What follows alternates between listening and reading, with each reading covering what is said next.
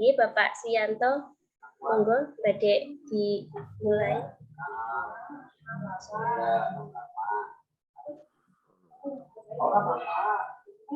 Assalamualaikum warahmatullahi wabarakatuh. Waalaikumsalam warahmatullahi wabarakatuh. Yang terhormat Ibu Titis Megayani dari SD Negeri 1 Dagan, calon guru penggerak angkatan 6 dari Kabupaten Purbalingga, yang siang ini insya Allah akan memaparkan materi webinar tentang budaya positif di SD Negeri 1 Dagan. Yang kami hormati rekan-rekan yang hadir di sini semua, semoga dalam keadaan yang sehat dan bahagia. Yang kami hormati juga Kepala SD Negeri 1 Dagan, Ibu Suhati SPD, serta rekan-rekan dari SD Negeri 1 Dagan, serta dari luar Kabupaten Purbalingga. Bapak Ibu yang kami hormati, pada siang hari ini materi yang akan disampaikan oleh Bu Titis Megayani adalah tentang budaya positif yang ada di SD Negeri 1 Dagan. Adapun nanti susunan acaranya sebagai berikut. Yang pertama pembukaan, kemudian sambutan, yang ketiga inti, yang keempat tanya jawab, dan terakhir penutup. Bapak Ibu, sebelum kita mengawali kegiatan pada siang hari ini, adakah yang bersedia untuk memimpin doa? Monggo dipersilahkan. Raise hand atau monggo silakan. Pak Sindu atau Pak Catur? Kalau belum ada yang itu, saya pimpin untuk berdoa. Semoga kegiatan hari ini berjalan dengan lancar dan sukses, serta Allah Subhanahu wa Ta'ala meridhoi. Allahumma amin. Mari kita membaca bersama dengan lafaz basmalah. Bismillahirrahmanirrahim. Terima kasih Bapak Ibu. Kemudian kesempatan yang kedua kepada Kepala SD Negeri 1 Dagan, Ibu Suharti. Hadir nggih, Bu Suharti, untuk memberikan sambutan singkat tentang program yang sudah dilaksanakan Bu Titis Megayani di SD Negeri 1 Dagan terkait dengan budaya positif. Kepada Ibu Suharti dipersilahkan. Assalamualaikum warahmatullahi wabarakatuh. Waalaikumsalam warahmatullahi wabarakatuh. Waalaikumsalam warahmatullahi wabarakatuh. Alhamdulillah wa syukurillah la haula wala quwwata illa billah. Ibu narasumber desiminasi Bu Titis Megayani SPD serta peserta desiminasi untuk mewujudkan budaya positif melalui restitusi yang kami hormati. Pertama-tama marilah kita panjatkan puji syukur kehadirat Allah yang telah memberi rahmat, hidayah dan karunia-Nya kepada kita semua.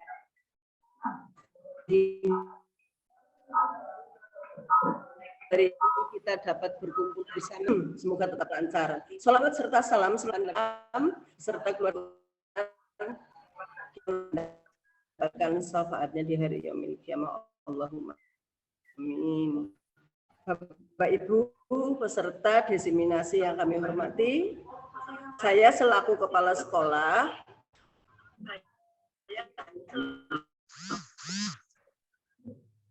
dengan adanya program ini sangat sekali. Kebetulan di SD saya itu ada 2, yaitu Bu Titis Megayani dan Bu Erlin Susanti. Kemudian harapan kami atau tujuan kegiatan ini nanti bisa mengimbas dan memotivasi guru se-Indonesia pada umumnya dan pada khususnya guru-guru se-SD Negeri 1 Dagan. Demikian yang dapat kami sampaikan, kurang lebihnya mohon maaf. Billahi taufiq wal hidayah. Wassalamualaikum warahmatullahi wabarakatuh. Waalaikumsalam Waalaikumsalam warahmatullahi wabarakatuh. Terima kasih kepada Ibu Suharti SPDSD, Kepala SD Negeri 1 Dagan yang sudah memberikan sambutan yang sangat luar biasa. Terima kasih sekali lagi Ibu. Untuk materi selanjutnya, kami serahkan sepenuhnya kepada narasumber Ibu Titis Megayani. Pemaparan kurang lebih 30 menit. Monggo Bu Titis Megayani, waktu disilahkan. Terima kasih pada Bapak Moderator atas waktunya. Mohon izin ini Ibu Kepala, saya bicara di sini Ibu dan teman-teman. Sebelumnya, Assalamualaikum warahmatullahi wabarakatuh. Waalaikumsalam warahmatullahi wabarakatuh. Terima kasih atas kehadiran teman-teman dalam acara webinar kecil ini sebagai tugas saya dalam program Guru Penggerak dalam modul budaya positif. Izin share screen ya.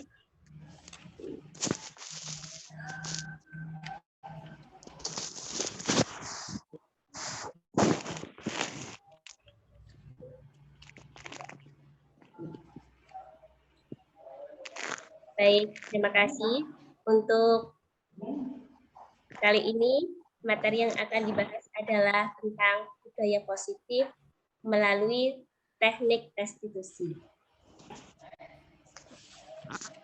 Identitas saya, mohon maaf, ini saya memperkenalkan diri lagi, walaupun sebagian besar teman-teman dari SD saya, tapi alhamdulillah saya mengundang beberapa teman dari kabupaten lain juga yang alhamdulillah bisa hadir. Ada Pak Hebri dari Brebes, kemudian Ibu Samia dari Cilacap. Ada Ibu Nila dari SD UMP Purwokerto juga. Terima kasih sudah hadir dalam acara ini. Baik, nama saya Titis Megayani SPD. Kemudian NIP saya ini, kemudian saya lahir dari Banyumas, 7 Februari tahun 89. Sekarang saya sudah penata 3C dalam jabatan guru muda. Pendidikan terakhir saya sarjana. Sekarang unit kerja saya ada di SD Negeri 1 Dagan. Baik Bapak Ibu, untuk materi pada siang hari ini adalah budaya positif. Dari disiplin positif dan nilai-nilai kebajikan universal. Kemudian motivasi, hukuman dan penghargaan, keyakinan kelas, keyakinan sekolah, 5 kebutuhan dasar manusia, 5 posisi kontrol, dan tes restitusi. Dari ke-6 materi ini adalah materi yang sangat dibutuhkan oleh kita sebagai pendidik, di mana kita pasti selalu berkaitan dengan peserta didik, dan dalam berinteraksi dengan peserta didik pasti ada masalah, dan disitulah kita akan menempatkan diri di mana kita akan sebagai posisi kontrol apa, kita akan mengambil langkah dalam menyikapi masalah tersebut.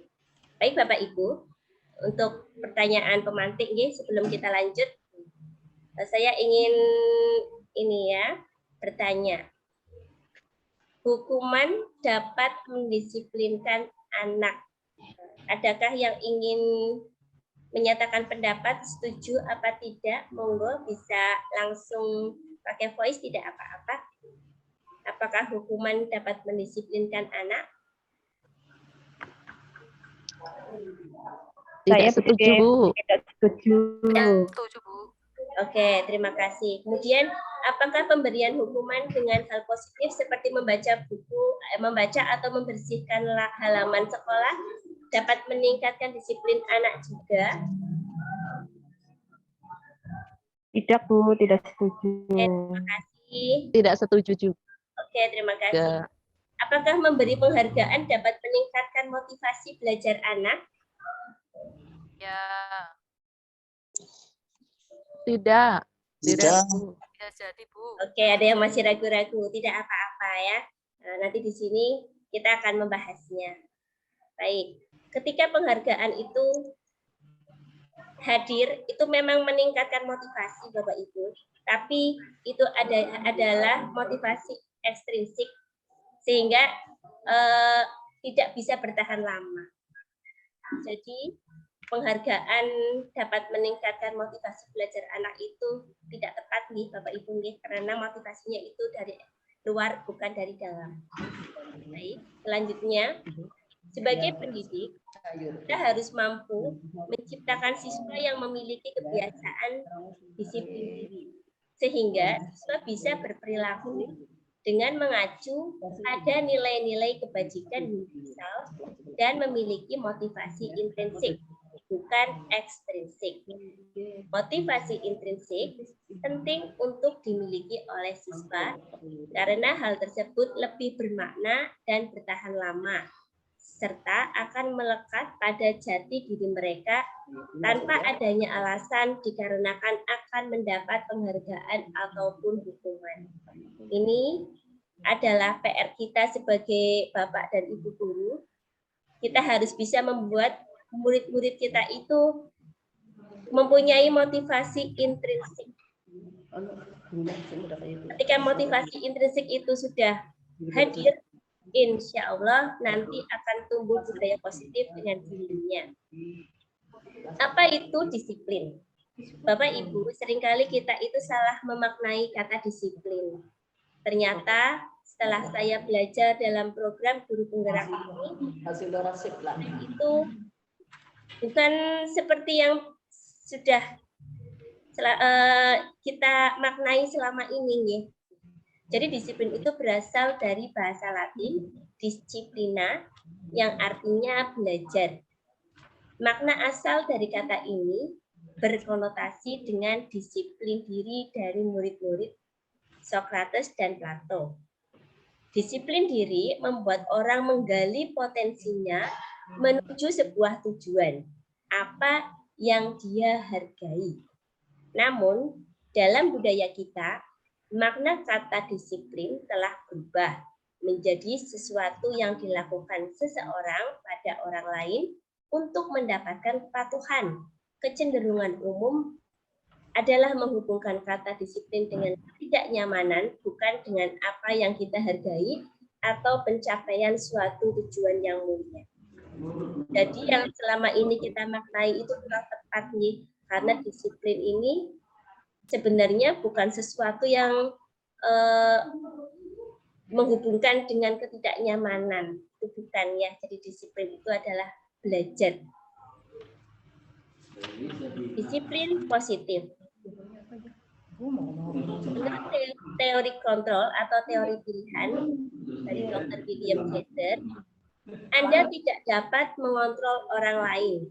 Hanya Anda yang bisa mengontrol diri sendiri. Kemudian semua perilaku itu memiliki tujuan. Yang berpikir menang-menang, kolaborasi menciptakan pilihan baru, realitas kebutuhan manusia berbeda. Nah, baik, seperti ini contohnya. Bapak Ibu ada yang bisa membuka voice-nya? Adakah yang bersedia untuk bersama saya? Silakan. Ya, misalkan Bu Puput. Bu Puput ada Bu Puput? Ada, Ibu. Oke, terima kasih. Suara saya terdengar?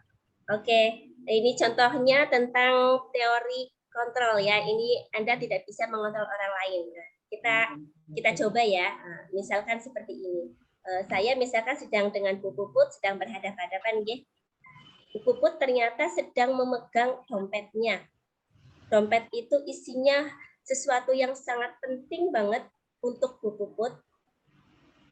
Nah, Ya. kemudian saya hadir dalam satu tempat dengan Bu Puput dan saya meminta Bu Puput untuk menunjukkan isi dompetnya. Kita coba ya misalkan. Bu Puput, selamat siang Bu Puput. Selamat siang Ibu Titis. Oke, Bu Puput lagi bawa apa tuh? Kayaknya penting banget deh. Lagi bawa dompet ini Bu. Oh, dompet. Wah, dompetnya bagus, gede lagi Bu. Jenengan pegangnya kayak gitu. Kayaknya isinya bagus banget. Boleh nggak Bu saya buka? Tapi isinya itu penting banget dan privasi ya Bu ya. Misalkan seperti itu. Monggo Bu Puput. Boleh Bu Puput? Mohon maaf Bu, ini isinya nggak ada apa-apanya Bu. Aduh Bu, cuma lihat aja deh Bu. Cuma lihat sebentar. Aku nggak minta. Oke lah. Kalau misalkan isinya itu benda berharga pun aku nggak akan minta. Aku cuma penasaran. Kok Bu Puput bawanya kok kayak gitu banget. Kayak gitu Bu. Boleh ya Bu? Buka ya Bu please. Mohon maaf Ibu. Beneran nggak boleh? Ya mohon maaf Ibu, ini isinya harus saya jaga Bu. Mohon maaf ya. Aduh Bu, sedikit aja Bu deh. Aku janji nggak bilang sama siapa-siapa isinya apa Bu. Boleh ya Bu ya? Mohon maaf ya Ibu. Oke, terima kasih Bu Pupu. Ternyata Bu ini ya, teori kontrol kita tidak bisa mengontrol orang lain. Jadi Bu Puput tidak bersedia untuk menunjukkan isi dompetnya, itu adalah pilihan Bu Puput. Dan apabila misalkan Bu Puput itu membukakan dompetnya, itu bukan karena saya mengontrol Bu Puput, tapi karena Bu Puput mempunyai pilihan untuk membuka dompetnya dan memberitahukan isinya kepada saya. Itulah teori kontrol. Jadi sejatinya ketika orang lain itu melakukan sesuatu sesuai dengan harapan kita atau kehendak kita, itu bukan karena kita yang mengontrol, tapi karena orang itu yang sudah memilih pilihannya untuk melakukan apa yang kita inginkan. Seperti itu nih Bapak Ibu nih untuk teori kontrol. Kemudian selanjutnya adalah nilai-nilai kebajikan universal. Di Indonesia ini khususnya di dunia pendidikan ini mengambil nilai-nilai dari profil pelajar Pancasila, beriman, bertakwa kepada Tuhan Yang Maha Esa, dan berakhlak mulia, mandiri, bernalar kritis, berkebinekaan global, gotong royong, dan kreatif. Teori motivasi perilaku manusia. Bapak Ibu, ketika kita melakukan sesuatu pasti kita punya motivasi, nggih. Saya yakin sekali kita melakukan sesuatu pasti ada motivasinya. Dan ternyata ketika kita melakukan sesuatu itu ada 3 landasan teorinya. Yang pertama, untuk menghindari ketidaknyamanan atau hukuman. Apa yang akan terjadi apabila saya tidak melakukannya? Nah, kemudian orang itu akan memutuskan apakah dia melakukan atau tidak.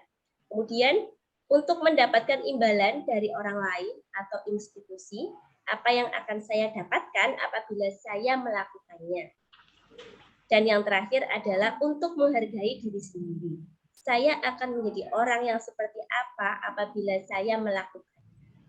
Nah, di sini ada satu pertanyaan. Atas dasar motivasi apakah saat kita melakukan sesuatu? Boleh Bapak Ibu silakan, boleh buka mic-nya. Adakah yang ingin menjawab? Bapak Ibu itu ketika melakukan sesuatu itu karena apa? Contoh misalkan Bapak Ibu ikut melaksanakan upacara bendera. Nah, itu motivasinya apa? Ya misalkan seperti itu. Apakah untuk menghindari teguran dari kepala sekolah ya, itu kan termasuk ketidaknyamanan ya, ataukah untuk mendapatkan imbalan, penghargaan atau pujian dari atasan, ataukah untuk menghargai diri sendiri? Boleh silakan Bapak Ibu ada yang mau berpendapat?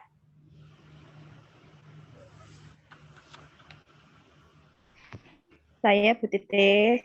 Oke, terima kasih Bu Erlin. Bagaimana pendapat Bu Erlin? Contohnya ketika kita mengikuti upacara bendera berlandaskan apa?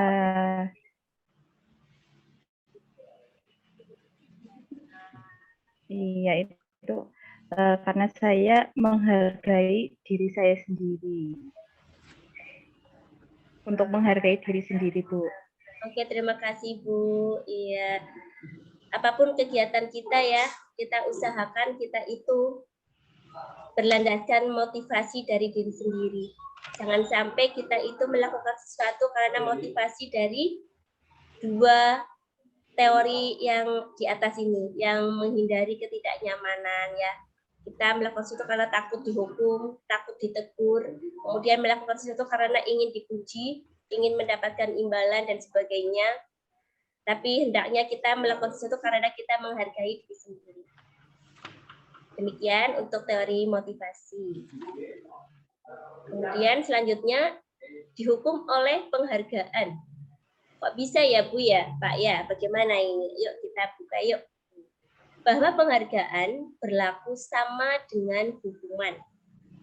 Dalam arti meminta atau membujuk seseorang melakukan sesuatu untuk memenuhi suatu tujuan tertentu dari orang yang meminta atau membujuk. Dorongannya eksternal dan akan ada faktor ketergantungan.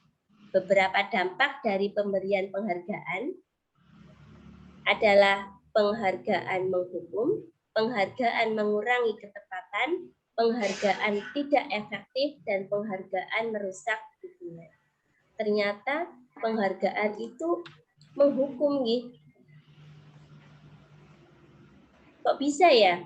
Karena ini adalah dorongan dari eksternal.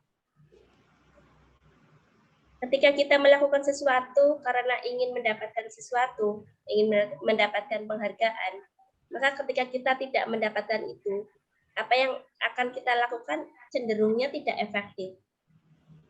Kemudian kita hanya akan berusaha sekuat-kuatnya ketika kita akan mendapatkan apa yang kita inginkan itu. Selebihnya, apabila tidak ada lagi penghargaan, maka kita tidak akan sungguh-sungguh. Itu yang dimaksud mengurangi ketepatan. Kemudian ada merusak hubungan. Ternyata ketika kita memberikan penghargaan di muka umum, kemungkinan besar nanti ada ya yang merasa negatif dan sebagainya. Itu maksudnya seperti itu. Nanti akan kita bahas bagaimana tentang apresiasi yang sebaiknya kita laksanakan. Sampai di sini Bapak Ibu, adakah yang ingin bertanya? Oke, baik. Sepertinya lanjut. Apabila ada yang ingin ditanyakan, boleh langsung ya. Kemudian selanjutnya bentuk program kebijakan atau apresiasi. Dalam memberikan apresiasi atau pengakuan, perlu diingat beberapa hal. Memberi pengakuan secara khusus, memberi pengakuan secara pribadi, memberi pengakuan kepada semua murid bergantian, beri pengakuan secara konsisten, dan fokus pada proses. Jadi memberikan apresiasinya pun nanti ada caranya ya, agar kita sesuai dengan apa yang diharapkan oleh modul ini. Nanti akan kita bahas pada slide selanjutnya. Berikut ini contohnya Bapak Ibu. Contoh pengakuan apresiasi kebajikan. Dalam memberikan apresiasi, kita itu fokusnya pada proses. Contohnya seperti ini yang pertama.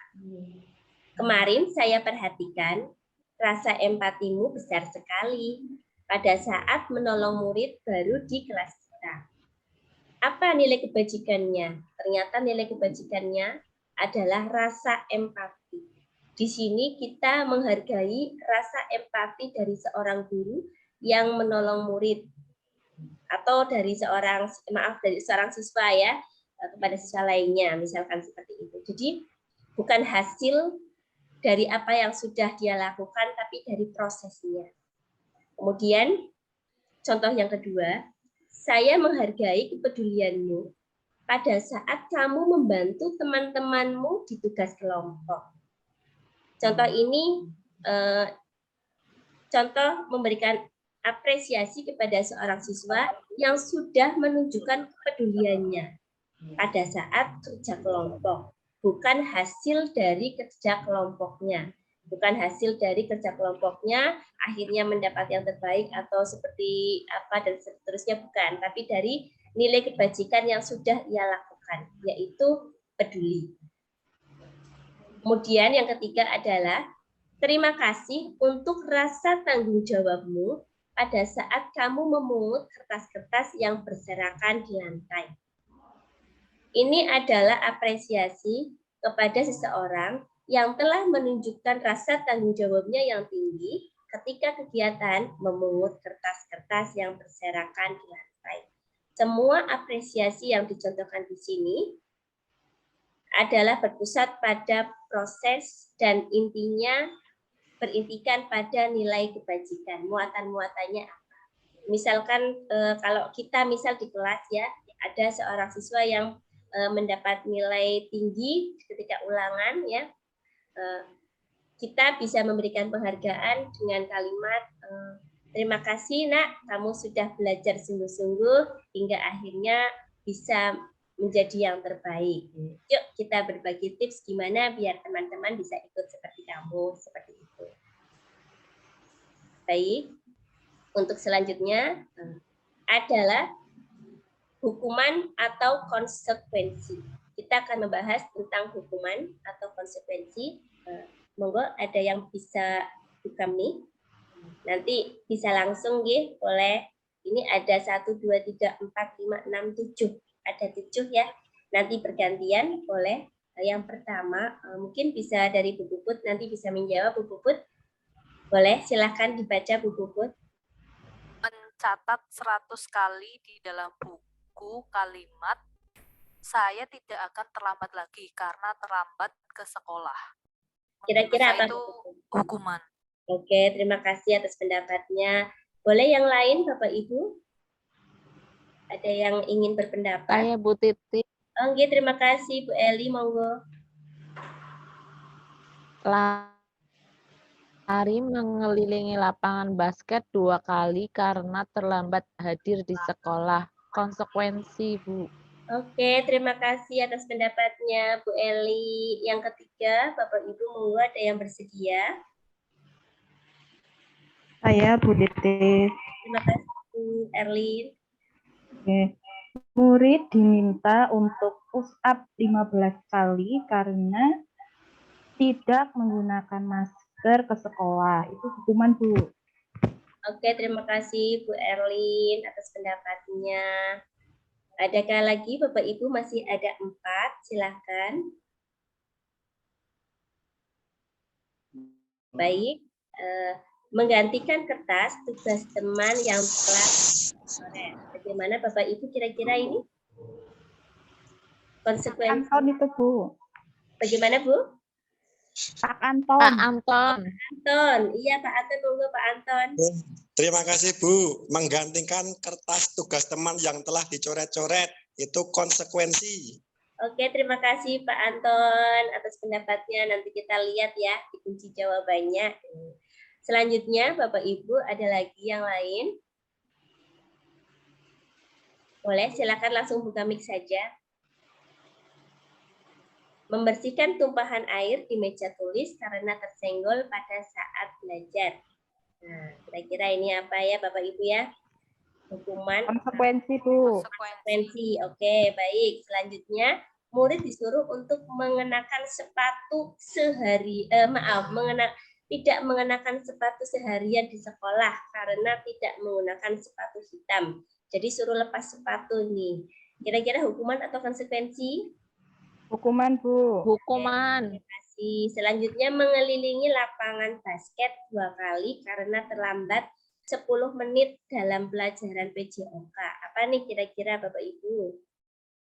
Konsekuensi, Bu. Konsekuensi, Bu. Oke, terima kasih. Baik, kita lihat yuk.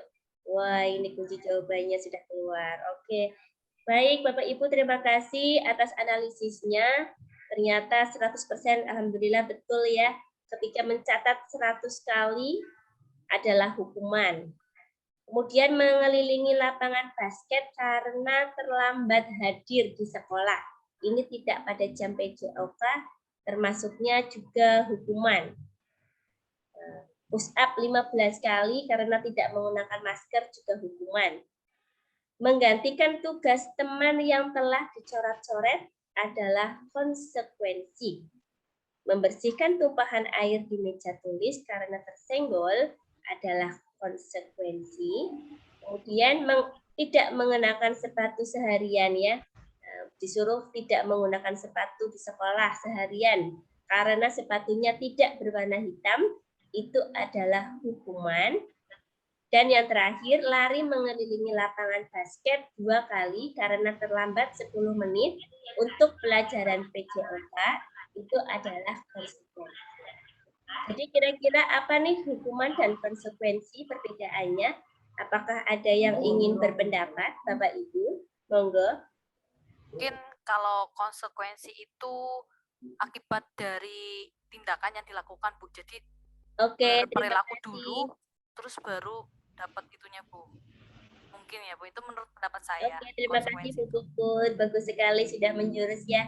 Jadi betul ya, karena konsekuensi itu adalah sesuatu yang semestinya itu terjadi ya. Ketika kita melakukan sesuatu, kita berakibat apa, maka kita melaksanakan akibat dari itu konsekuensi. Kalau hukuman itu bisa berbeda ya, kan nggak ada kaitannya ya terlambat dengan lari keliling lapangan ya. Kalau yang PJOK kenapa konsekuensi bukan hukuman? Karena PJOK kan ini cenderungnya kegiatannya fisik ya.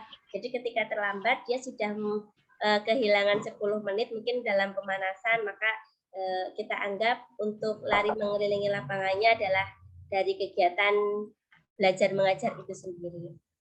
Seperti itu nggih. Kalau menumpahkan sesuatu di meja, akhirnya mejanya basah, maka kita harus mengeringkan, itu bukan hukuman, itu adalah konsekuensi. Apa yang harus kita lakukan dari apa yang sudah kita lakukan, seperti itu. Bagus sekali Bu Puput atas pendapatnya, terima kasih. Nah, perbedaan hukuman dan konsekuensi.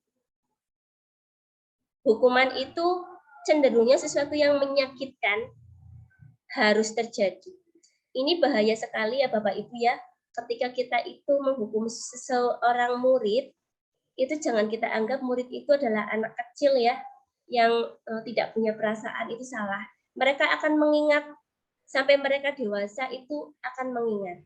Coba Bapak Ibu refleksi diri Bapak Ibu sendiri ya. Ketika dulu Bapak Ibu masih SMP, SMA, SD, pasti pernah berbuat sesuatu yang mungkin salah atau bagaimana dan mendapat ketidaknyamanan dari perbuatan Bapak Ibu sendiri, pasti akan teringat terus sampai sekarang seperti itu. Jadi kita ketika sedang berinteraksi dengan siswa itu kita harus hati-hati, kita menghindari hukuman ya kepada siswa.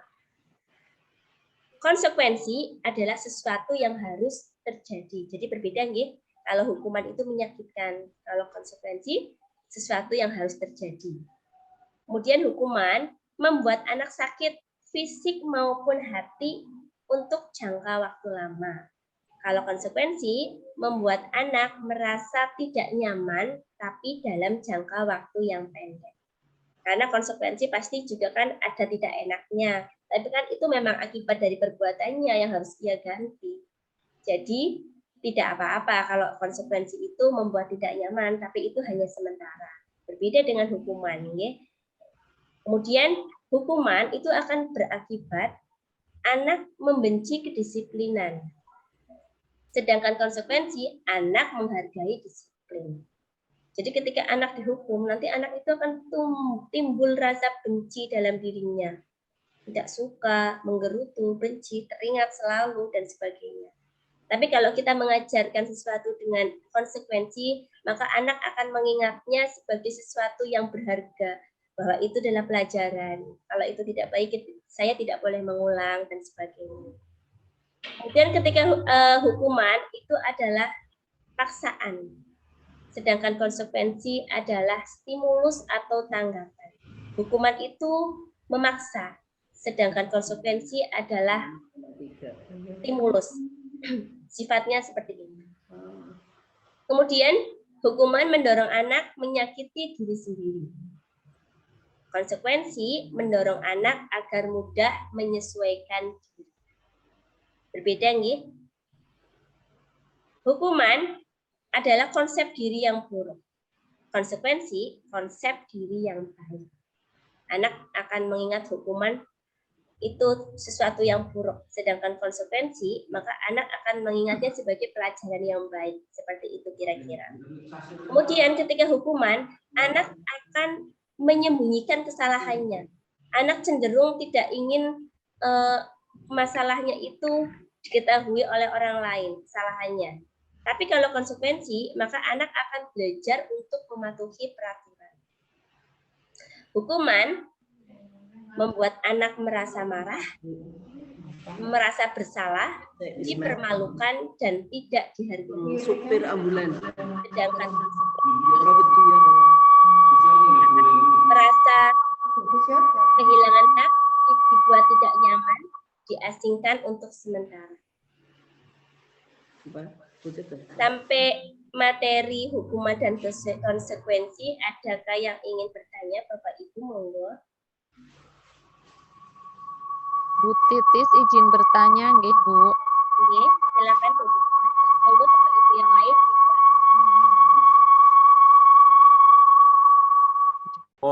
Mohon maaf Bapak Ibu, saya selaku moderator yang nyun sewu nggih, yang kalau belum diberikan kesempatan untuk menghentikan, tolong mic-nya dimatikan dulu nggih, karena suaranya berbunyi sampai ke sini nggih. Kalau yang belum nggih, terima kasih.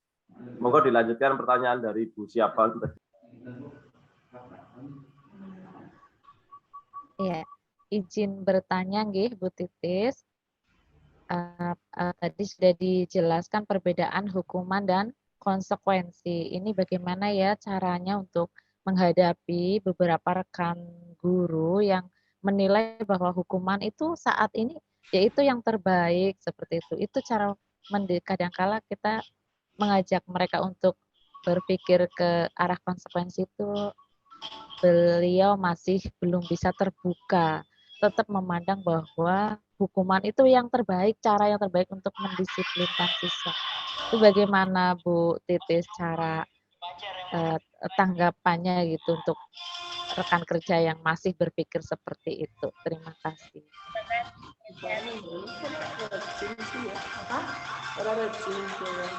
Itulah PR kita bersama nih Bapak Ibu nih.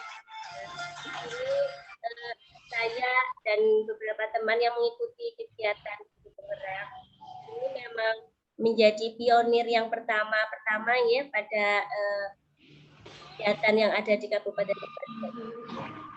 Pada kesempatan yang pertama ini kami yang pertama mendapatkan materi dan inilah jawaban dari pertanyaan Bu Eliatin ya. Jadi webinar ini, sosialisasi ini adalah untuk memberikan pengetahuan kepada teman-teman bahwa antara konsekuensi dan hukuman itu mana yang sebaiknya kita laksanakan kepada siswa.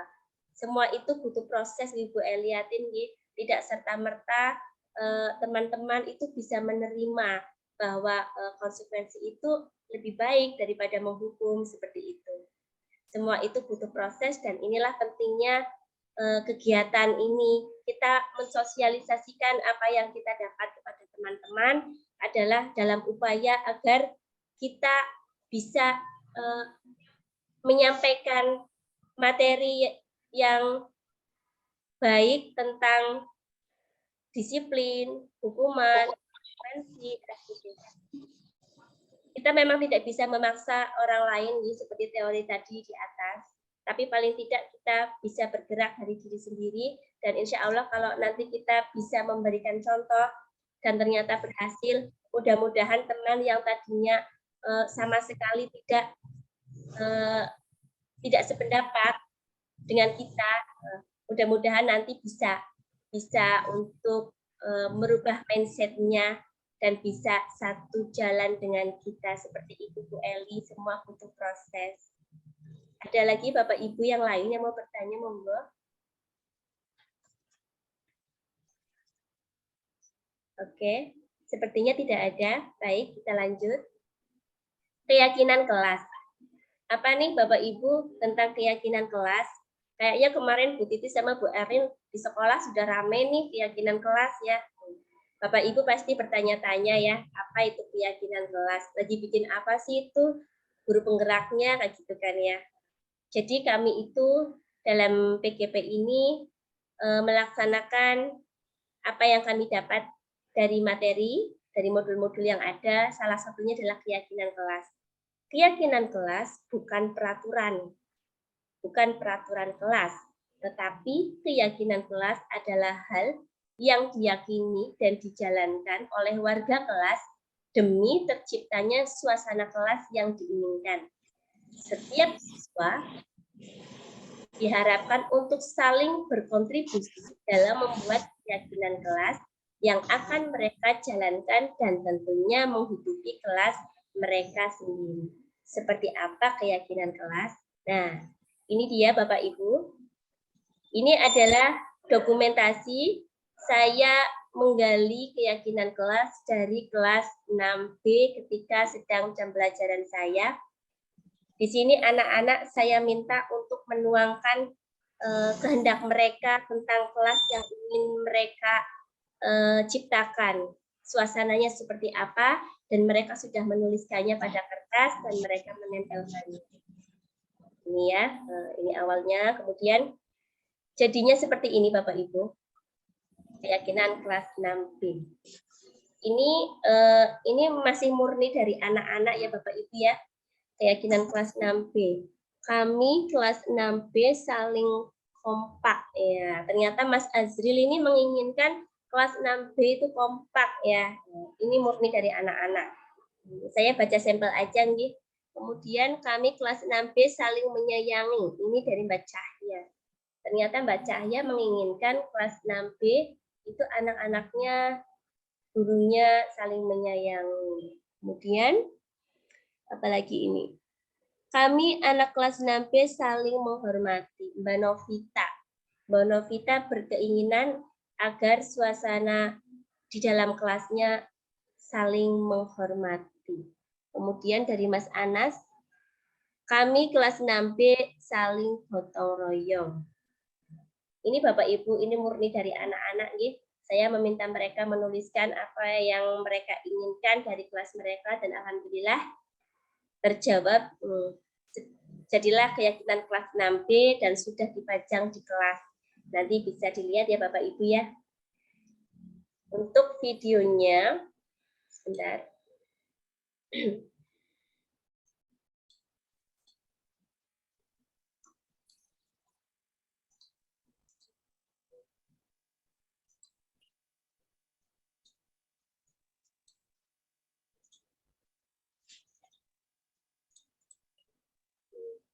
Begini Bapak Ibu keriuhan.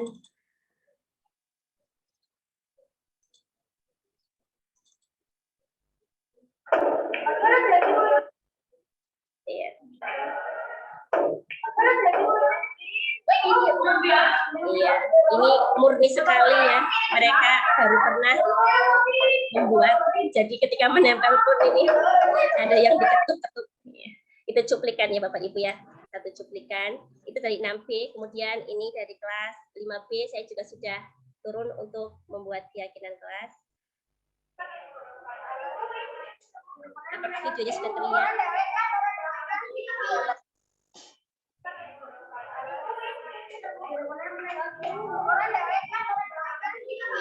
Iya, Bapak Ibu.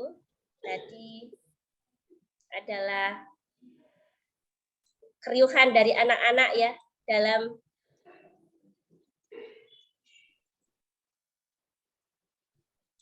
membuat keyakinan kelas. Ini kelas 5B, anak-anaknya sudah saya bimbing untuk membuat keyakinan kelas dan sudah di kertas, tinggal dipajang karena kemarin baru disetorkan ke saya. Keyakinan kelas 5B. Di sini sama seperti kelas 6B, anak-anaknya menginginkan kelas seperti apa, ternyata setelah saya analis itu berbeda Bapak Ibu. Di kelas 6B masalah yang ada berbeda dengan masalah di kelas 5B. Ternyata saya mendapatkan banyak variasi lagi di kelas 5B. Kelas 5B itu ada yang mengusulkan tidak memanggil nama teman dengan nama orang tua. Ya, ternyata di kelas 5B itu ada masalah, ada semacam seperti pembulian kayak gitu ya. Jadi ada anak yang kadang iseng usil kayak gitu, memanggil nama temannya dengan nama orang tuanya. Nah, ternyata di sini memunculkan siswa untuk menuliskan keyakinan kelas yang ia harapkan adalah di sini menghargai orang tua, kemudian tidak memanggil nama teman dengan nama orang tuanya, seperti itu Bapak Ibu. Jadi setiap kelas itu berbeda, bukan peraturan nih, karena ini adalah keyakinan, dan keyakinan itu akan muncul dari apa? Dari karakter siswa masing-masing, dari masalah yang sudah ada. Maka anak akan cenderung untuk meminta gurunya untuk bisa ia menampilkan keyakinan yang ia yakini untuk diyakini juga oleh teman-teman, disepakati bersama. Kesepakatan kelas. Keyakinan itu sama sebenarnya dengan kesepakatan kelas nih. Bisa kita lihat di sini kesepakatan kelas ini contoh ya Bapak Ibu, ini contoh, ini hanya sekedar contoh. Ada 7 ya. Kalau saya tadi ada banyak, memang karena itu murni dari anak-anak, jadi saya pakai semuanya seperti itu. Di sini contoh kesepakatan kelas, mengamalkan ajaran agama, kemudian 2, rasa aman adalah hak setiap orang, 3, tertib saat belajar mengajar, 4, menjaga kebersihan diri sendiri, kelas, dan lingkungan, 5, menciptakan suasana yang sejuk dan teduh di lingkungan sekolah, 6, saling mengingatkan, mendukung, dan membantu antar sekolah. 7, menata ruang kelas dengan gambar-gambar edukasi yang menarik. Bapak Ibu, mungkin ada yang bertanya di sini ya, kelas 1 gimana? Kelas 1 untuk keyakinan kelasnya seperti itu. Untuk kelas rendah, kita bisa membuat keyakinan kelas dengan kita itu ini ya, membuat gambar-gambar ya Bapak Ibu ya. Kita bisa membuat gambar-gambar dari misalkan keyakinan tolong menolong, menghormati, berarti ada gambar anak sedang saling tolong menolong, gotong royong berarti sedang membersihkan bersama, sekolah lingkungan bersama, kemudian saling menghormati, misalkan contohnya ada bersalaman, berpamitan dengan orang yang lebih tua, kemudian menghargai, misalkan ketika berdiskusi nanti ditampilkan gambar kegiatan diskusi yang tertib seperti itu. Kita bisa memunculkan ya ide-ide anak dari kelas rendah dengan gambar-gambar yang lebih konkret. Kalau kelas tinggi saya yakin kita komunikasikan maka anak-anak akan langsung bisa menuangkan pendapat mereka. Tapi kalau anak kecil bisa kita berikan pertanyaan pemantik, bisa juga dengan gambar-gambar. Kemarin saya sudah mencoba di kelas 1 dan alhamdulillah secara lisan anak-anak merespon apa yang saya inginkan seperti itu ya. Tapi ya tadi itu karena masih anak kelas 1 kita menggunakan bahasa ibu karena mereka masih kecil-kecil ya. Saya bertanya dan alhamdulillah Bu, kelasnya sing anteng-anteng ya Bu, seperti itu. Ada alhamdulillah seperti itu nggih. Jadi di semua kelas ini ya Bapak Ibu ya, dan ketika saya mempraktekkan ini alhamdulillah pembelajaran saya lebih tenang karena ketika ada anak yang melanggar dari keyakinan itu maka teman yang lain akan mengingatkan, loh kan tadi sudah sepakat ya keyakinannya nggak boleh nakal seperti itu. Itu sangat bermanfaat Bapak Ibu. Nanti Bapak Ibu bisa mencoba dalam kelas Bapak Ibu masing-masing untuk membuat keyakinan kelas. Dan keyakinan kelas ini tidak untuk selamanya, tapi kita evaluasi apabila apabila keadaan sudah tidak relevan lagi, maka kita dapat menggantinya, kita dapat memulainya dengan yang baru. Meskipun isinya nanti 11-12 ada yang sama seperti itu, tapi pasti ketika ada sesuatu yang baru, keyakinannya akan bertambah. Seperti ini. Perbedaan peraturan dan keyakinan kelas. Berbeda nih Bapak Ibu nggih. Kalau peraturan itu cenderungnya memaksa. Selalu kembalikan buku ke tempatnya. Kalau keyakinan kelas, kita menuliskannya dengan tanggung jawab. Lebih luas, lebih halus, dan lebih menghargai. Kemudian dilarang mengganggu orang lain. Itu adalah peraturan. Keyakinannya menghormati orang lain. lain. Hadir di sekolah 15 menit sebelum pelajaran dimulai, itu peraturan. Keyakinannya menghormati orang lain, berkomitmen. Lebih luas cakupannya nih Bapak Ibu. Kemudian untuk peraturan, dilarang melakukan kekerasan. Keyakinannya keselamatan, menghormati orang lain. Kemudian untuk peraturan, dilarang menggunakan narkoba. Keyakinan kelasnya kesehatan. Bergantian atau menunggu giliran. Untuk keyakinan kita bisa menggunakan kalimat menghormati orang lain dan bersabar. Gunakan masker untuk peraturan, sedangkan di keyakinan kesehatan dan keselamatan. Peraturan jangan berlari atau koridor, untuk keyakinannya keselamatan dan keselamatan. Memunculkan daya rasa dari hati anak. Kita sendiri, kita naik motor, memakai helm, dan tidak memakai helm. Kita akan tahu kalau kita meyakini aspal dan apabila jatuh, maka kepala itu bisa terbentur, bisa sakit, dan bisa berakibat fatal. Maka kita pasti akan selalu menggunakan helm. Tapi kalau kita tidak meyakini aspal itu keras, aspal itu jatuh itu nggak apa-apa, maka orang itu harus dipaksa untuk bisa memakai helm. Tapi kalau orang itu tahu, yakinnya aspal itu apros, maka dia akan dengan sendirinya memakai helm tanpa harus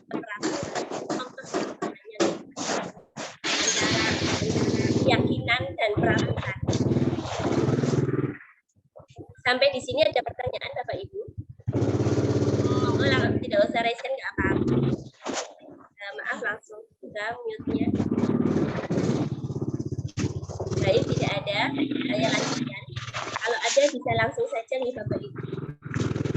Yang selanjutnya kebutuhan dasar manusia.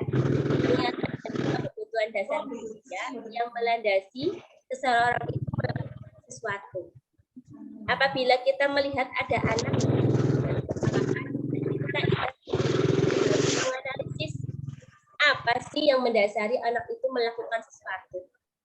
Ternyata kebutuhan dasar manusia itu ada 5 bertahan, makan, kandang, pangan, dan sebagainya. Kemudian ada kebutuhan rasa kasih sayang dan rasa diterima. Ternyata kita itu membutuhkan dicintai, disayangi, diterima. Kemudian kebutuhan kesenangan, kita itu butuh senang ya, rasa happy, butuh bahagia. Kemudian kita butuh penguasaan. Apa nih contoh-contohnya dari, mungkin kalau Ibu langsung bisa membayangkan ya, bebas memberikan pendapat seperti itu nggih. Nah, kalau kesenangan seperti apa? Rasa senang. Itu intinya rasa senang. Contoh ya, misalkan Bapak Ibu ada anak sedang main sendiri, melempar. Bapak Ibu itu bisa menganalisis, ini anak mainan kertas dilempar-lempar itu kenapa? Jangan-jangan dia itu tujuan kesenangan. Karena dia tidak merasa senang, dia tidak tahu caranya untuk merasa senang, dan dia itu merasa senang main lempar-lemparan. Ketika temannya terganggu, ketika temannya ini dia merasa senang, itu ini keras nggak? Mencukupi. Saya yang keras bisa kayak gitu ya Bapak Ibu, monggo yang itu bisa ditutup mic-nya. Terima kasih. Oke, mohon maaf saya lanjutkan lagi nggih. Kemudian ketika kita mengetahui anak yang mencukupi kebutuhannya, lah disitulah kita hadir untuk memberikan kepada anak.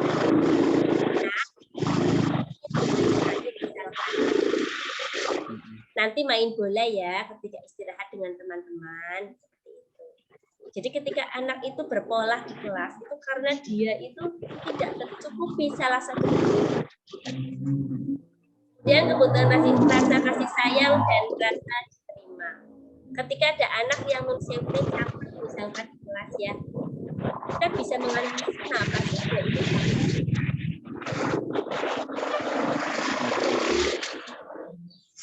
Bapak Ibu, ini ada sisi kontrol. Penghukum membuat orang merasa bersalah, teman, atau Bapak Ibu ada yang ingin berpendapat selama ini Bapak Ibu itu termasuk tipe yang mana? Penghukum, membuat orang merasa bersalah, teman, pemantau, atau Oke, monggo Bapak Suyanto. Mohon maaf kepada pemateri, saya selaku moderator untuk waktu pemaparan 10 menit lagi, Bu Titis. Kemudian mohon maaf, ini Galaxy J6, mohon maaf suaranya dimatikan dulu karena ini suaranya sampai ke sini bocor.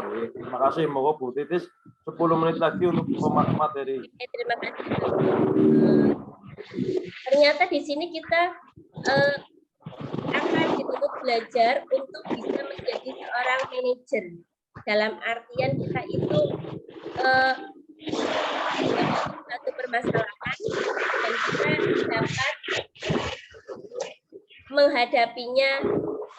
Ya, monggo. Mohon maaf, Bu Tis kan ini jadi host ya Bu. Ini karena mungkin ada suara yang mengganggu yang lain. Coba dengan unmute semua yang tidak diambil. Selaku host bisa unmute sendiri Bu. Coba kok. Jadi suara jenengan nggak bertabrakan. Terima kasih.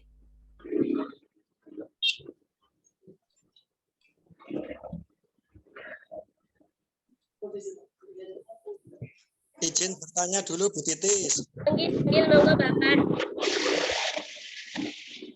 Sebelumnya terima kasih nih atas waktu yang diberikan pada saya. Izin bertanya terkait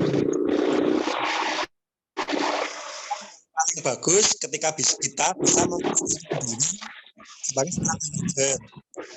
Ternyata di lapangan kadang berbagai macam hal kita belum bisa sepenuhnya untuk menjadi seorang manajer.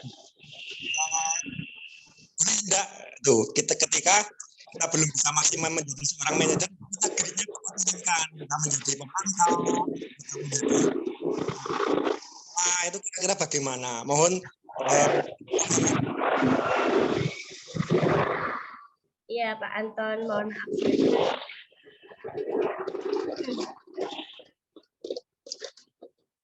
Ditampung dulu saja Bu Titis pertanyaan-pertanyaannya, nanti ditampung dulu, nanti setelah 5 menit lagi selesai pemaparan materi ini, belum dijawab. Ini dengan lanjutkan dulu pemaparan materinya, nanti 5 menit lagi jam 13.50 selesai, setelah itu baru menanggapi jawaban dari pertanyaan yang ditanyakan oleh rekan. Monggo Bu Titis 5 menit lagi ya.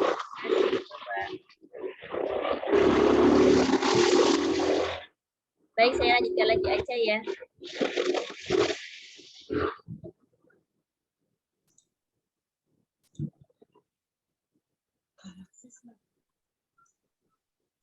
Selanjutnya ada restitusi.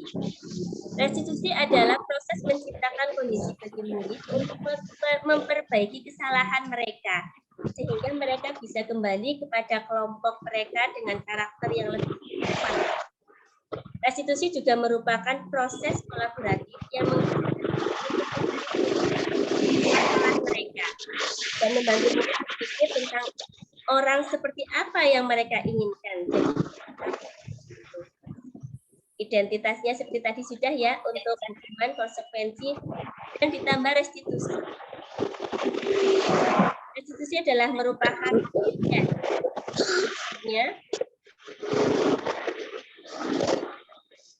mohon izin share untuk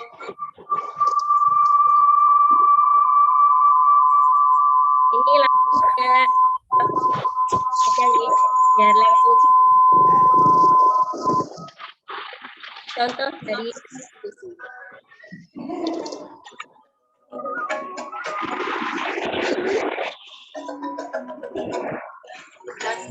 Bukalah matamu saatnya meraih mimpimu.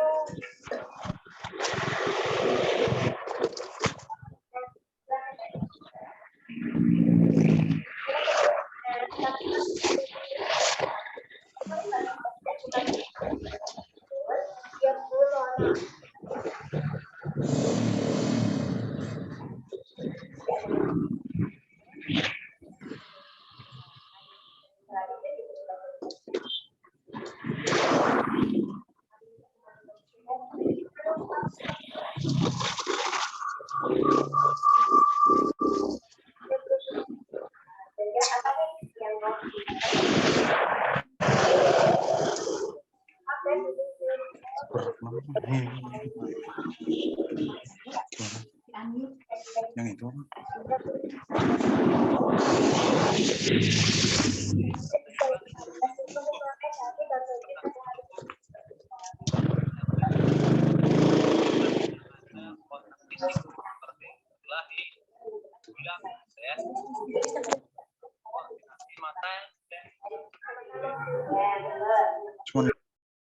Assalamualaikum warahmatullahi wabarakatuh. Nama saya Tina Fediana. Dengan belajarnya restitusi membuat saya lebih mengerti keyakinan kelak yang harus saya gunakan. Terima kasih, dadah.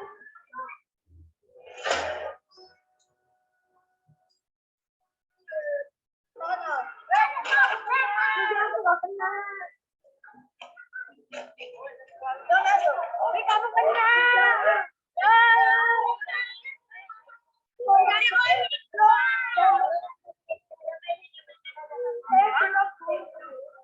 Ini kenapa? Loh, yang benar mana ini? Maksudnya mana basisnya? Mana tadi kenapa tidak? Tidak kena. Tidak kena. Baik, kita kembali ke tempat. Baik ya. Di sini betul tidak ada siapa yang salah. Tapi sebenarnya ya kalau main ganti sebenarnya nanti kita mulai ya. Kenapa bacanya tadi muncul dari ganti kita mulai? Oh, tadi jadi kan sedikit.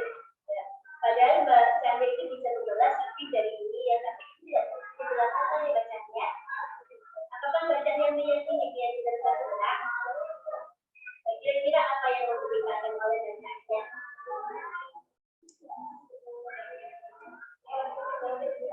Bagus, bermain komik, apakah bacanya bersedia untuk memperbaiki situasi ini? Apa yang mau dilakukan oleh bacanya? Bagus, bacanya akan meminta maaf pada diri. Dari mulai ini, bacanya silakan minta maaf pada diri. Terima kasih ya, bacanya sudah bekerjasama dengan baik untuk meningkatkan keyakinan kita. Sekarang bacanya kembali berinteraksi lagi ya, silakan. Assalamualaikum warahmatullahi wabarakatuh.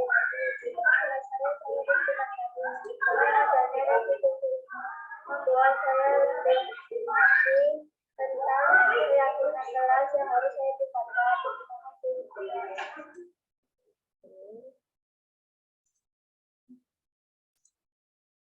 Baik Bapak Ibu, tadi sudah sekilas tentang restitusi ya. Ternyata restitusi itu bukan untuk menebus kesalahan, tetapi untuk memperbaiki hubungan, sebuah tawaran, kemudian menuntun untuk melihat ke dalam diri. Sebentar Bapak Ibu, mohon maaf.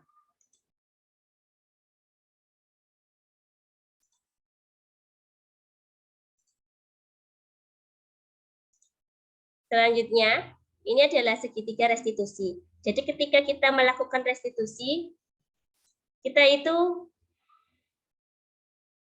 berdasarkan dari ini, segitiga restitusi ini. Yang pertama, menstabilkan identitas.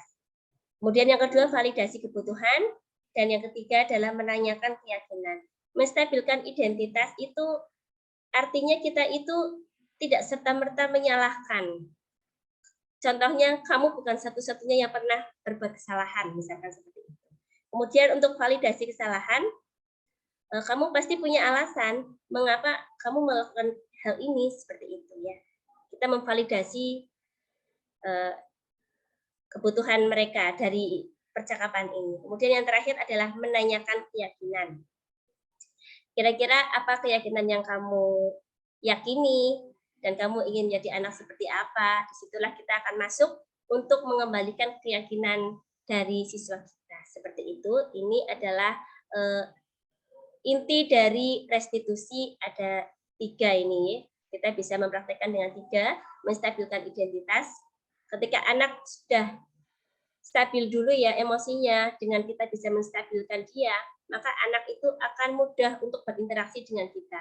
Tetapi kalau anak itu udah jelas salah, lihat kita menyalahkan, udah nggak bakal ketemu. Pada akhirnya anak itu hanya akan diam, dan anak itu bisa menyalahkan diri sendiri atau malah bisa merasa dendam seperti itu, tergantung reaksinya itu seperti apa. Tapi kalau kita bisa masuk ya, kita bisa menstabilkan ia, kita bisa memvalidasi dia itu butuhnya apa, setelah itu baru kita itu tuntun dia itu kemana, ke jalan yang lebih baik tentunya. Ini tadi sudah ya, menstabilkan identitas di video, tadi sudah langsung ya, kemudian validasi kebutuhan juga tadi di video sudah muncul nih Bapak Ibu ya. Kemudian selanjutnya adalah menanyakan keyakinan. Nah, seperti ini ya, tadi sudah ya, apa keyakinan yang kamu yakini dan sebagainya. Ini untuk menumbuhkan. Dan selanjutnya ini adalah intervensi 30 detik. Nah, pertanyaan-pertanyaan ini diajukan biasanya digemukan oleh pemantau atau manajer ya. Apakah kamu ingin berbuat lebih baik? Seperti itu. Apakah saat ini kamu sedang menjadi orang yang sedang kamu inginkan? Seperti itu dan sebagainya. Ini ada banyak ya. Bapak Ibu nanti bisa, apabila membutuhkannya, nanti saya bisa membagikan PPT ini. Baik Bapak Ibu, beli batik ke Purbalingga, pulangnya mampir ke Goa Lawa. Ayo budaya positifkan bersama, jadi peran manajer harapan kita. Terima kasih sudah mendengarkan. Selanjutnya saya kembalikan ke moderator. Terima kasih presentasi dari Bu Titis Megayani. Untuk selanjutnya kami buka termin untuk tanya jawab. Tadi yang pertama sudah dari Pak Anton, Bu Titis, itu Pak Anton tadi sudah bertanya. Kemudian selanjutnya silakan kalau ada yang mau bertanya lagi, dibuka. Monggo Bapak Ibu yang mau bertanya. Mohon maaf Pak Anton, tadi pertanyaannya bisa diulang, tadi saya terganggu voice. Ya, sambil menunggu Pak Anton. Monggo silakan kalau ada yang ingin bertanya. Pak Catur ini sama-sama guru PJOK ini mau bertanya ini. Oke, Bu Eli, monggo Bu Eli. Monggo Bu Eliatin, langsung mawon nggih Bu Eli. Ya, terima kasih untuk waktunya. Saya mau bertanya, misal kita sudah melaksanakan teknik restitusi terhadap siswa bernama A, misal. Tapi ternyata kok besok kok siswa A melakukan kesalahan hal yang sama. Itu apakah kita akan melakukan teknik restitusi kembali atau bagaimana ya Bu? Menurut Bu Titis, apa yang harus dilakukan seperti itu? Terima kasih Bu Titis. Terima kasih Bu Eliatin. Jadi Terima kasih Bu Eliatin atas pertanyaannya. Bu Eliatin dari SMA Negeri 1 Bobosari. Selanjutnya silakan ada yang mau bertanya lagi. Ya Pak. Ya silakan dari Pak Raise hand coba Pak Bu. Jadi diulang Pak Anton. Pak Anton silakan Pak Anton. Terima kasih atas waktunya. Saya mengulang pertanyaan saya nggih.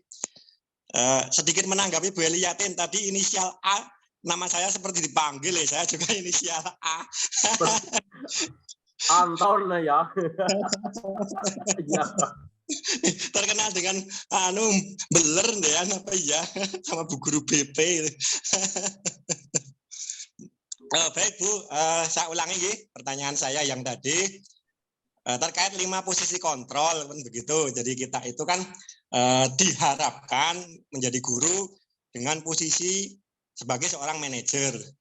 Tetapi realita di lapangan kan tidak semudah membalikkan telapak tangan. Kadang-kadang banyak faktor lah istilahnya seperti itu. Nah, boleh enggak ketika kita mulai atau kita turunkan grade-nya gitu loh.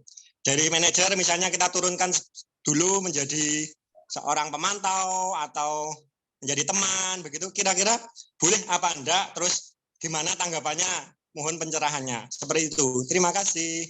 Terima kasih Pak Anton. Wah ini Terima kasih Pak Anton dari Karangreja. Silakan Bu Titis untuk 2 pertanyaan ini dijelaskan tanggapan atau jawabannya. Silakan Bu Titis. Terima kasih Pak Moderator. Untuk yang pertama dari Bu Eliatin, jika kesalahan terjadi berulang pada seseorang yang bernama A. Kalau menurut pendapat saya itu restitusi tetap dijalankan Bu Eli, karena kita masih dalam ranah pendidikan Bu Eli. Jadi memang tugas kita itu untuk bisa menyadarkan anak-anak sesuai dengan harapan dari pemerintah. Kita sudah belajar tentang restitusi, maka konsekuensinya kita dituntut untuk belajar dan terus belajar.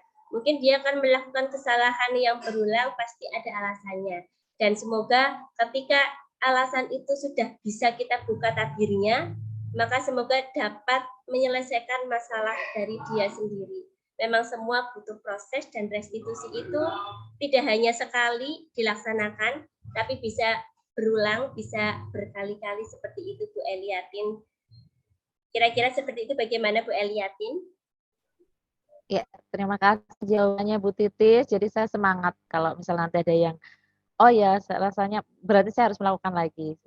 Terima kasih atas jawabannya Bu Titis. Hebat, bagus. Baik ya Bu ya, semangat Bu Eli. Berulang ya Bu, tidak apa-apa ya. Baik, untuk selanjutnya adalah Pak Anton. Bagaimana ya ketika kita menghadapi suatu situasi, apakah kita turun grade seperti itu ya Pak Anton? Saya kira ketika kita di sekolah dasar terutama ya, kita tidak bisa serta-merta itu memaksakan sebagai manajer, apalagi itu di kelas rendah ya Pak Anton, betul sekali. Suatu ketika kita bisa menurunkan grade kita menjadi pemantau dulu atau teman, cenderungnya seperti itu, tapi yang pasti bukan penghukum, juga bukan pembuat merasa bersalah, karena penghukum dan pembuat merasa bersalah itu cenderungnya negatif, efek dampak pada anaknya itu tidak baik. Berarti kita bisa menggunakan teman atau pemantau seperti itu. Bisa kita turunkan dulu, nanti pelan-pelan kalau anak sudah stabil atau sudah bisa diajak berkomunikasi, kita bisa menggunakan restitusi. Seperti itu Pak Anton. Apalagi di kelas rendah ya Pak Anton, ya kalau kelas rendah itu susah. Kita mau seperti apa, kita dulu yang ngomong, anak itu cenderungnya diam ya. Kita agak kesulitan ketika melakukan restitusi kepada anak itu yang masih kecil ya, kelas bawah, kelas rendah itu susah. Kita pakai bahasa ibu ya, kita sendiri yang memantik mereka untuk memunculkan rasa, memunculkan ide yang harapannya itu ide dan rasanya itu keluar seperti harapan kita. Jadi kalau menurut saya tidak masalah kita turun grade dulu, nanti kita pelan-pelan naik lagi seperti itu, disesuaikan dengan kondisi yang ada. Seperti itu Pak Anton. Oke Bu, terima kasih. Semangat selalu buat Bu Titis. Alhamdulillah, terima kasih. Ini saya Pak Moderator mohon izin untuk mengucapkan terima kasih kepada seluruh teman-teman saya. Alhamdulillah ini banyak sekali sudah hadir. Nanti dulu Bu, mau ada yang mau bertanya lagi. Oke. Ya saya hitung 5 detik, kalau ada yang mau bertanya lagi silahkan. Nah setelah 5 detik, tidak ada yang mau bertanya lagi. Terima kasih Bapak Ibu yang sudah mengikuti webinar ini, dan tolong jangan dulu keluar dari room ini karena nanti ada foto bersama Bapak Ibu. Terima kasih Bapak. Silakan untuk pemateri memberikan kalimat penutup, silakan monggo Bu.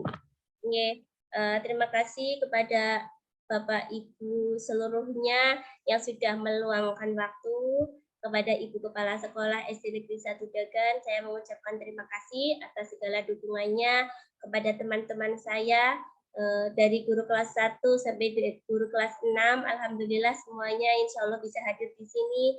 Dari guru mapel Pak Catur ada, alhamdulillah. Kemudian ada dari, alhamdulillah nih Bapak Ibu, saya juga mengundang dari Berau, Kalimantan Timur ya, Kalimantan Timur Bapak Didi Kurniawan dari Min 1 Berau, Kalimantan Timur. Terima kasih sudah hadir. Kemudian terima kasih kepada Pak Hebri Aji Harmawan yang sudah meluangkan waktunya. Beliau dari SD Negeri 2 Raga Tunjung, Paguyangan Brebes.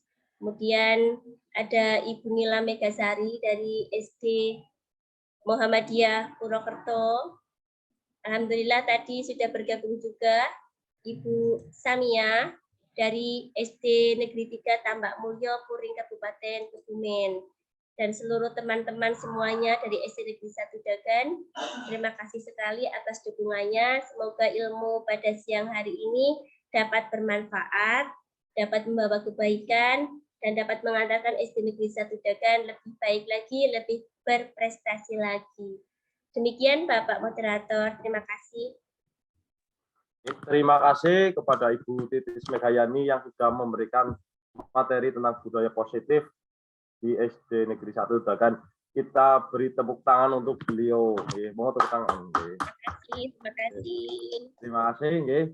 Bapak Ibu yang kami hormati, semoga Allah Subhanahu wa taala meridhoi apa yang telah kita alami dan semoga bisa menjadikan sedikit bekal bagi kita semua. Allahumma amin. Bapak Ibu, mari kita tutup pertemuan dengan membaca bersama hamdalah. Alhamdulillahirrahmanirrahim. Bapak Ibu yang kami hormati, mohon Bapak Ibu open kamera nih, kita foto bersama. Kita foto bersama, silakan Bapak Ibu nih. Ya.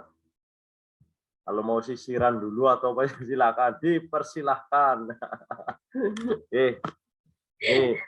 Wah, ini cantik-cantik dan ganteng-ganteng.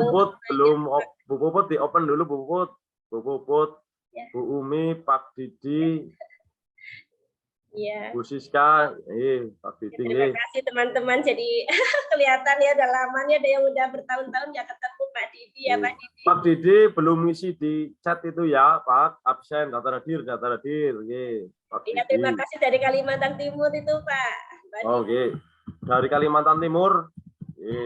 Masya Allah, terima kasih. SD atau SMP Pak Didi? Min SD. SD berapa Pak? Min 1 Bro. Min 1 Bro. Tulisannya BERAU. BERAU. Kalimantan Timur. Ya, matur nuwun Bapak. Benar, Bu Nila Megasari, kameranya dibuka kalau bisa, Pak Hebri, Bu Kasinten atau Pak Sindu ini, di kameranya dibuka dulu, enggak Pak? Sebentar. Bu Puput. Siap, Bu Leli sudah siap dengan gayanya itu ya, Bu Leli. Yuk, kita pakai gaya apa nih? Gaya ya, pakai gaya apa silakan. Nah, Bu Indah monggo. Atau gaya apa monggo? Saya gaya ini ya, aja deh. Gaya apa yo? Literasi atau ayo saya tak ambil lah gambarnya, saya ngambil gambarnya, silakan. Pak. Siapa yang mengambilkan? Monggo. Siap. 1, 2, 3. Ya. Satu lagi ya, gaya bebas. Gaya bebas bagaimana Bu Puput, Bu Indah. Siap, gaya iya. Atap atau ini silakan. Oh, ini gayanya bebas apa disamakan Bu Titis? Bebas aja nggak apa-apa. Oh, bebas ya, siap ya. Saya hitung 1, 2, 3. Wah, Pak Anton semangat sekali itu. 0, 1, 2, 3, 4, 5, 6, 7, 8, 9, 10, 11, 12, 13. Ini tinggal 13 nih, tadi 18 padahal. Ini tidak apa-apa. Terima kasih Bapak Ibu, semoga menjadi amal juga, tambahan ilmu bagi kita semua. Allahumma amin. Bapak Ibu, monggo dipersilakan meninggalkan room ini. Terima kasih nih Bapak Ibu, saya selaku moderator, mohon maaf yang sebesar-besarnya dan terima kasih atas perhatiannya. Wassalamualaikum warahmatullahi wabarakatuh. Waalaikumsalam warahmatullahi Waalaikumsalam warahmatullahi Terima kasih Bapak Ibu semuanya atas atensinya. Sami-sami Bu Titis. Izin live. Alhamdulillah, Bu Titis sudah. Monggo Ibu, terima kasih. Sampai ketemu lagi Bu Titis dan semuanya. Eli semuanya, terima kasih Bu Erlin, Bu Puput semuanya, Bu Siska, ya Allah, lagi MOOC disempet-sempetin. Salam kenal Bu Eliatin, saya dari SD 1 Karangtalun. Enggih, Bapak, selamat kenal, salam kenal. Kemarin sempat melihat pas lagi Lokakarya kan masuk ke ruangan kita ya Bu Titis. Oh, nggih, nggih. Salam untuk Bapak Jokowi nggih, Bu Eli. Nggih, nggih. Nanti kami sampaikan. Terima kasih. Terima kasih Bu Eli Pak. nggih. Monggo nggih, selamat.